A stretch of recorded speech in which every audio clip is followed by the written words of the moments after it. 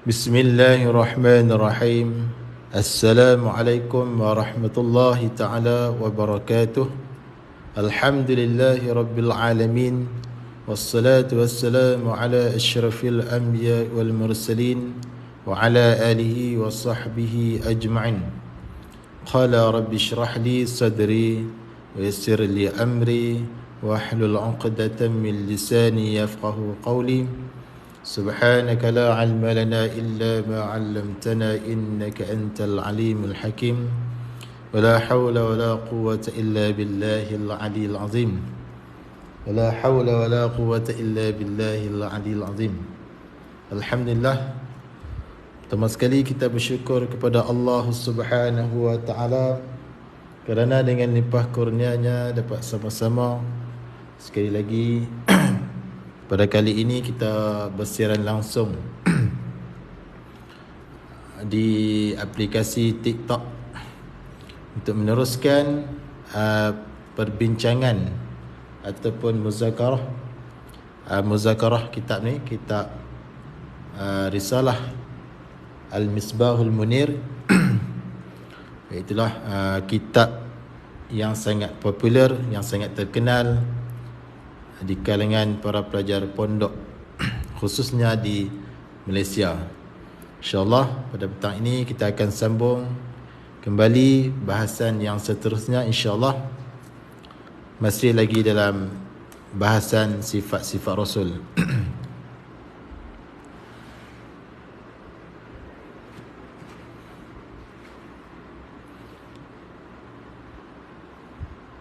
Baik, pada petang ini kita akan sambung pada muka surat 34 muka surat 34, iaitulah berkaitan dengan sifat Rasul yang seterusnya, iaitulah fatanah. Qala musannif rahimahullahu ta'ala wa naf'ana bi'ulumihi fid darain amin. Huraian yang keempat. Bermula huraian yang keempat daripada sifat Rasul ialah fatanah. Fatanah erti fatanah. Erti ni maknanya translate, terjemahan. Fatanah bahasa Arab, terjemahannya adalah cerdik. Artinya fatanah cerdik dan bijaksana. Dan tu dipanggil ataf tafsir. Cerdik tu dia, bijaksana, jadi samalah. Cerdik dan bijaksana tu adalah sama. Qala musannif, wajib pada syarak pula. Baik, seperti biasa bila sebut wajib pada syarak, ma yuthabu ala fi'lihi wa yu'aqabu ala tarkihi. Barang yang dijanjikan dengan pahala sekiranya kita melakukannya, dan dijanji dengan siksa sekiranya kita meninggalkannya. Baik, syarak ni ada dua. Yang pertama dipanggil syarak hakiki, iaitu Allah Subhanahu wa ta'ala. Yang kedua syarak majazi, iaitu Rasulullah sallallahu alaihi wasallam. Baik, wajib pada syarak pula atas tiap-tiap mukallaf, sama ada mukallaf itu lelaki maupun perempuan. Mukallaf ni maksudnya orang yang diberati hukum syarak ke atasnya. Mukallaf datang daripada perkataan kallafa yukallifu taklifan, fahuwa mukallifun wa dhaka mukallafun.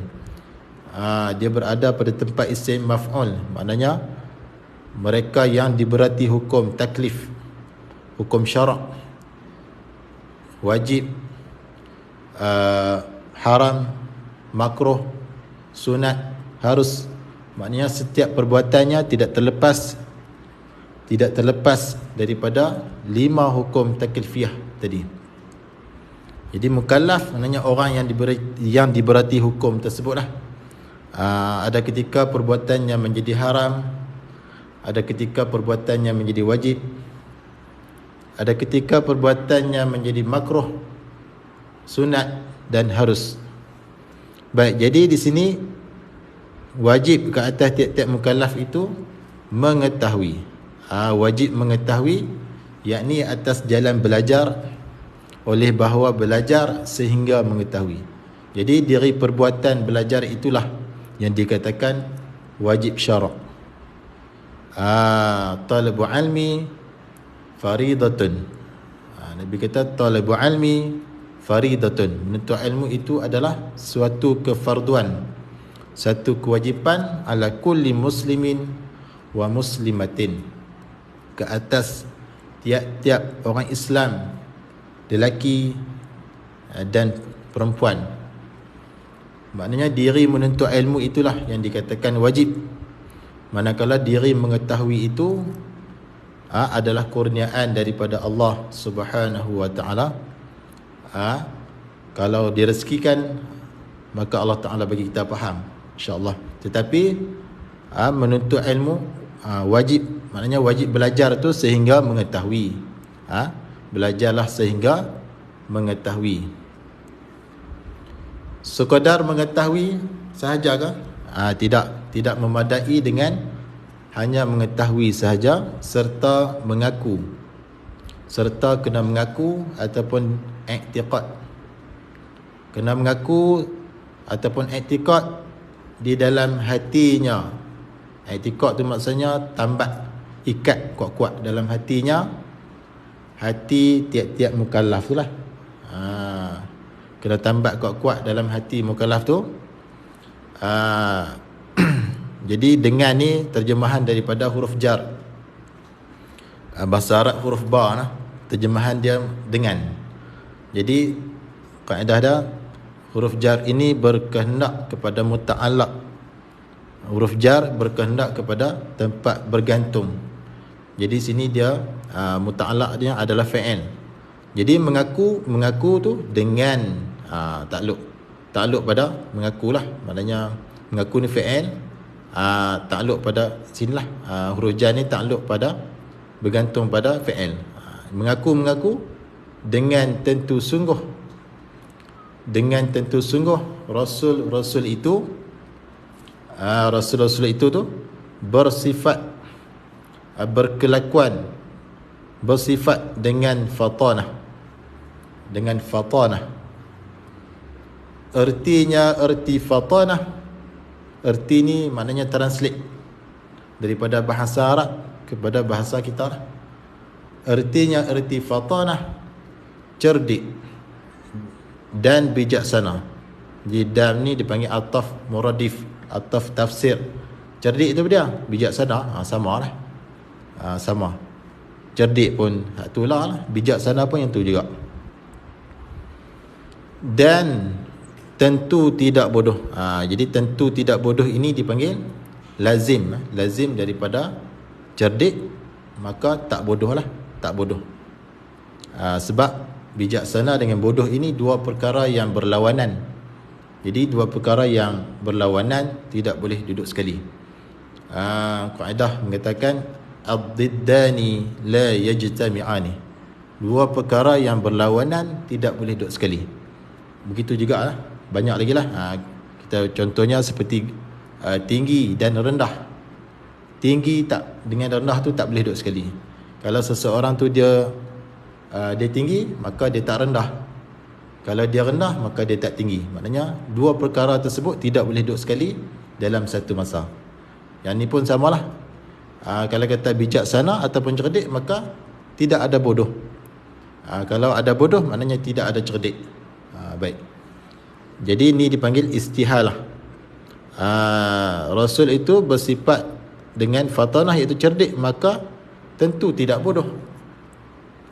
Tentulah Rasul itu tidak bodoh. Lazim daripada kata bijaksana, tentulah Rasul itu tidak bodoh.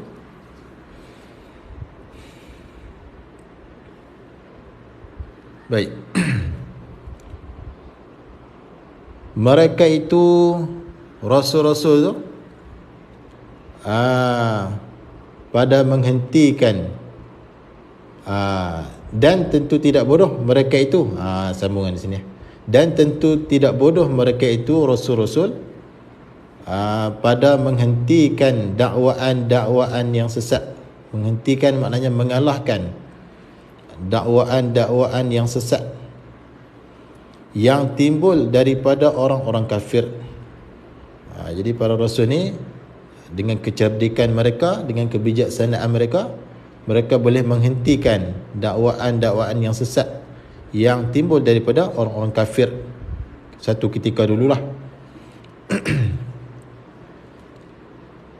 Dan bijaksana pula pada mematikan kata-kata mereka itu, kata-kata orang-orang kafir itulah. Mematikan tu dengan mendatangkan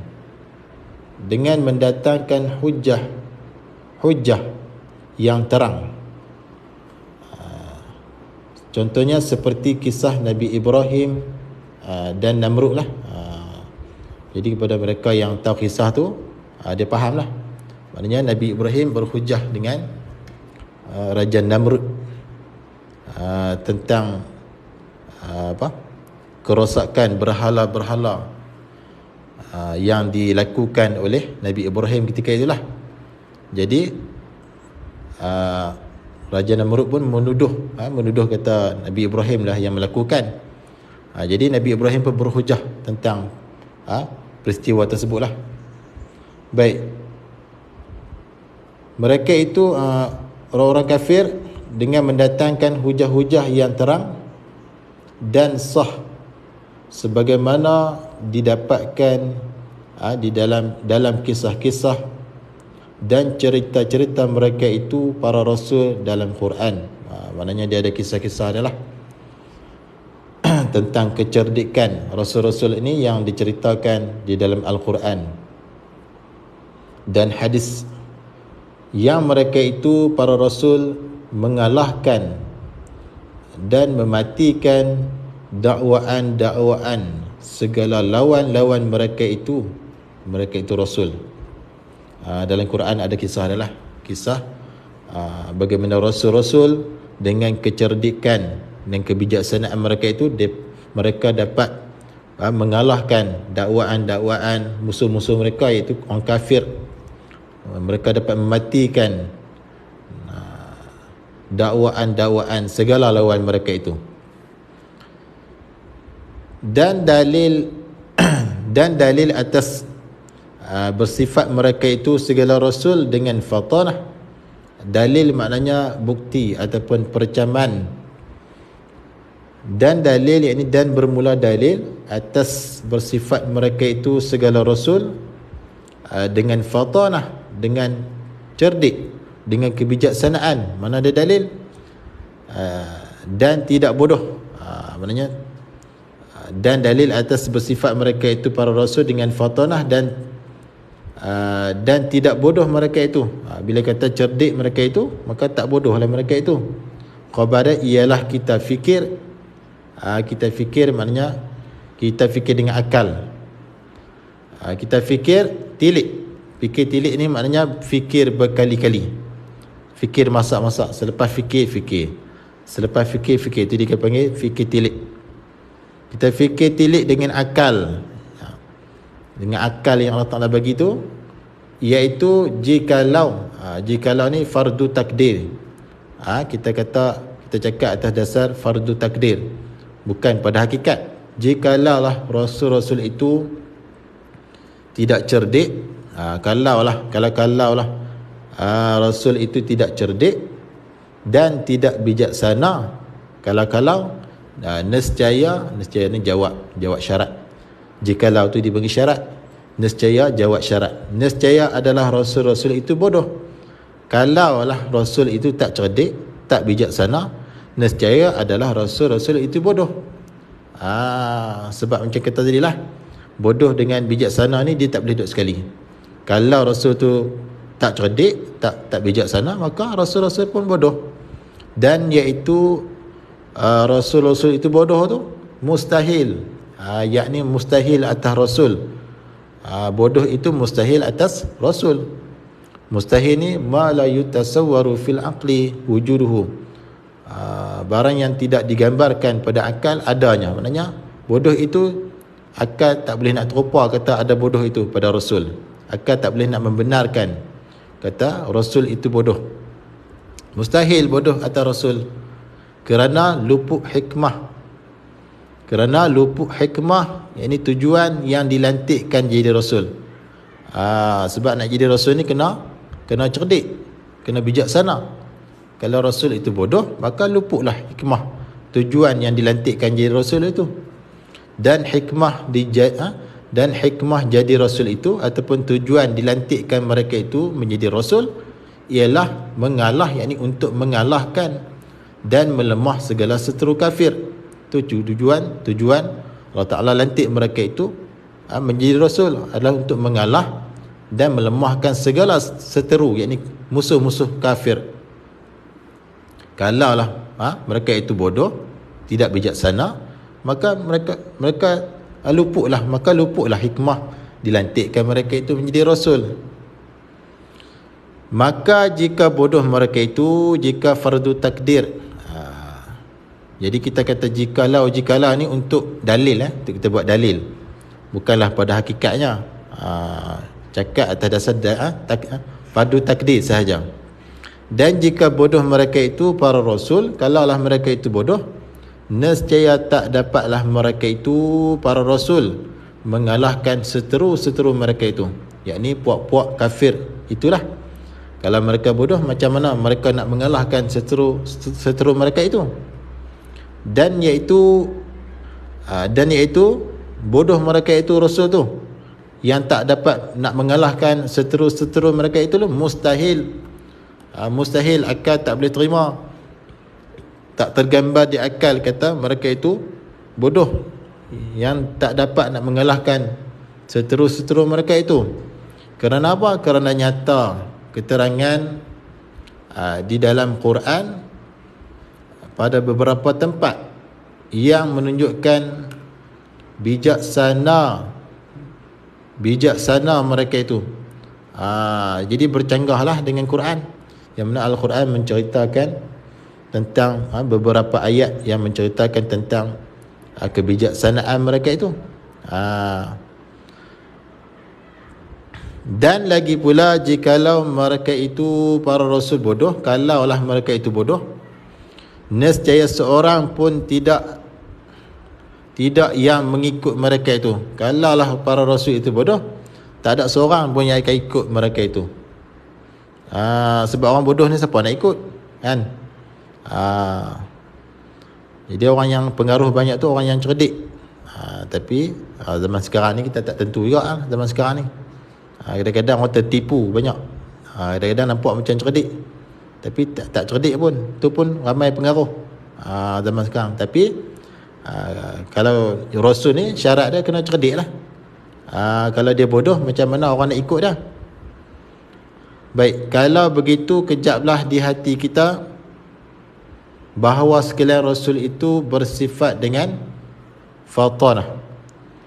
Kejaplah di hati kita bahawa sekalian Rasul itu bersifat dengan fatanah. Allah Ta'ala tak lantik di kalangan Rasul ini orang yang bodoh, kerana boleh luput hikmah tujuan mereka dilantik jadi Rasul. Kalau mereka bodoh, macam mana mereka nak mengalahkan musuh-musuh mereka itu, nak mematahkan hujah, nak mematikan dakwaan mereka itu. Tidak bodoh mereka itu para Rasul. Jadi Rasul ini tak bodoh. Wallahu a'lam, ay alimun. Bermula Allah Ta'ala yang terlebih mengetahui, ay alimun, yang mengetahui. Yang mengetahui. Baik, jadi kesimpulannya Rasul ini, para Rasul ini mestilah di kalangan orang yang bijak-bijak, orang yang cerdik, bukanlah orang yang bodoh. Kerana orang yang bodoh ini dia tidak dapat nak berhujah kerana kejahilannya. Baik. Baik, seterusnya qala musannif rahimahullahu ta'ala, huraian yang kelima bagi Rasul. Huraian yang kelima bagi Rasul jaizun, yakni sifat yang harus bagi Rasul. Artinya yang harus. Jaizun artinya jaizun yang harus. Jadi 4 sifat yang wajib, 4 lawan sifat wajib tersebut, iaitu mustahil, dan 1 yang harus. Maknanya 9 lah. 4 yang wajib, siddiq, amanah, tabligh, fatanah. 4 yang mustahil, lawan bagi yang wajib tu, dan 1 yang harus, sifat Rasul. Cuma yang mustahil itu kita pegang kot istihalah dah. Rasul tak bodoh, Rasul tak khianat, Rasul tak sembunyi, Rasul tak apa lagi, Rasul tak siddiq, amanah, tabligh, fatanah. Tak khianat, tak menyembunyi, tak bodoh, tak dusta. Tu ada 4 lawan bagi yang wajib tu. Baik. Bermula huraian yang kelima bagi Rasul ialah jaizun. Arti jaizun yang harus. 1 sifat yang harus bagi Rasul.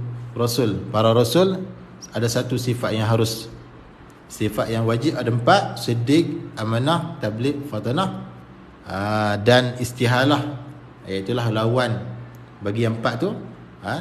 Rasul tak dusta, Rasul tak khianat, Rasul tak sembunyi, Rasul tak bodoh. 4 tu, dan 1 yang harus. Semuanya 9 lah. Huraian yang kelima bagi Rasul jaizun ialah jaiz. Artinya jaiz yang harus. Qala musannif wajib pada syarak. Wajib pada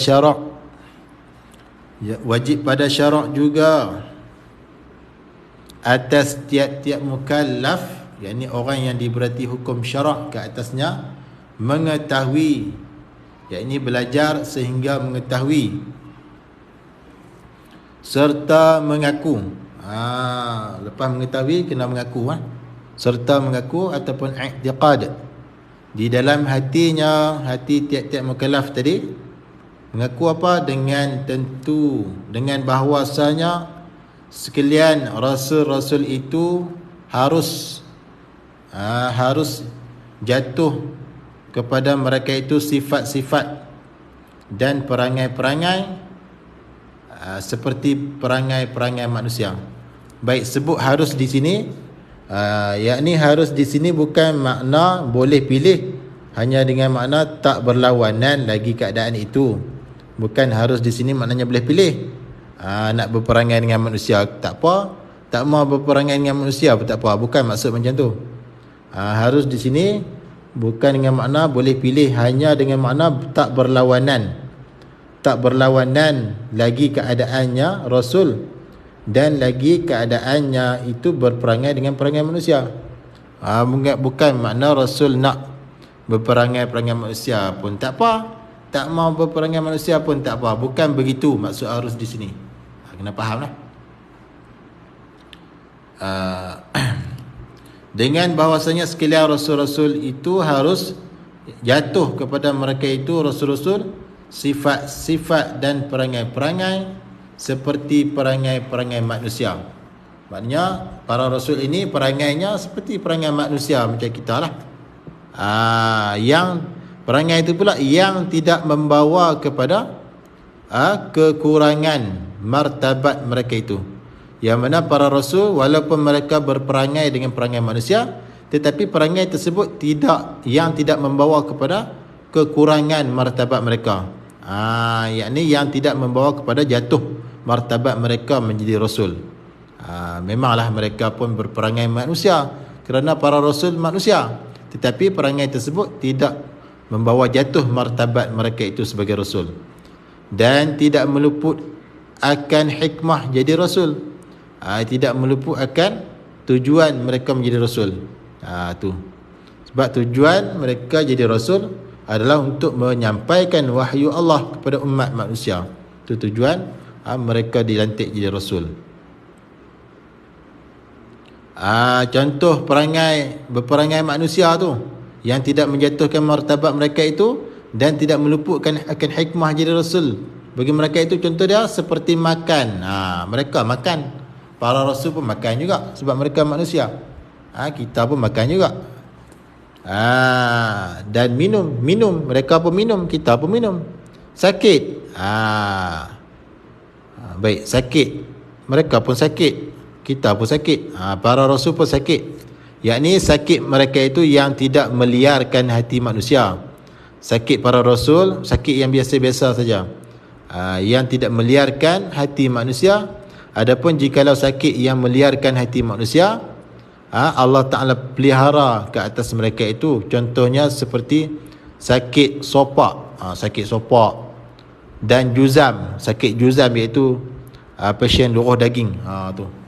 Jadi para rasul pun sakit, tetapi taklah sakit yang boleh meliarkan ataupun meliarkan hati manusia daripada mai dekat kepada mereka. Sakit rasul dia sakit yang biasa-biasa, demam macam tu. Tu taklah sakit yang teruk-teruk yang boleh menjatuhkan martabat mereka itu, yang boleh meliarkan hati manusia, tak berani mai dekat sebab penyakit tersebut. Jadi para rasul ni sakit yang biasa saja. Berkahwin, jadi para rasul pun berkahwin. Kita pun kahwin, rasul pun berkahwin sebab rasul itu manusia. Bersuka-suka dengan isteri-isteri, para rasul pun bersuka-suka dengan isteri. Samalah, kita pun bersuka-suka juga. Dan sebagainya, banyak lagi lah bayannya. Daripada ni dipanggil bayan, keterangan. Sebagainya tu macam mana? Perangai-perangai yang tidak mengurangkan martabat dan tidak meliarkan manusia. Maknanya mereka itu perangai semacam manusia, makan, minum, sakit, kahwin, suka-suka dengan isteri, dan banyak lagi lah perangai manusia. Tetapi perangai manusia itu yang tidak mengurangkan martabat mereka itu menjadi rasul, dan tidak meliarkan hati manusia. Tak meliarkan hati manusia. Adapun perangai-perangai yang mengurangkan martabat, ini menjatuhkan, mencederakan martabat mereka itu rasul, dan meliarkan akan manusia, ini hati manusia. Contohnya seperti makan sambil berjalan. Jadi makan sambil berjalan ni tidaklah, tidak ada pada Rasulullah, tidak ada pada rasul-rasul yang makan sambil berjalan. Kerana makan sambil berjalan ini adalah boleh menjatuhkan martabat mereka itu. Dan gila, mereka ni tak gila lah, tak gila. Jadi adapun perangai-perangai yang mengurangkan martabat dan meliarkan akal manusia, contohnya makan sambil berjalan, itu semua dipanggil perangai yang boleh mengurangkan martabat. Dan gila ni pun boleh meliarkan hati manusia. Atau ditimpa penyakit atas mereka itu rasul dengan penyakit yang meliarkan manusia, meliarkan hati manusia. Contohnya seperti penyakit badam. Penyakit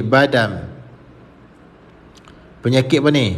Pecah, juzam, yakni pecah, penyakit luruh daging, penyakit pecah belah, penyakit luruh daging, penyakit sopak, penyakit balak, jadi putih, tompok-tompok di tubuh tu, dan sebagainya. Maka iaitu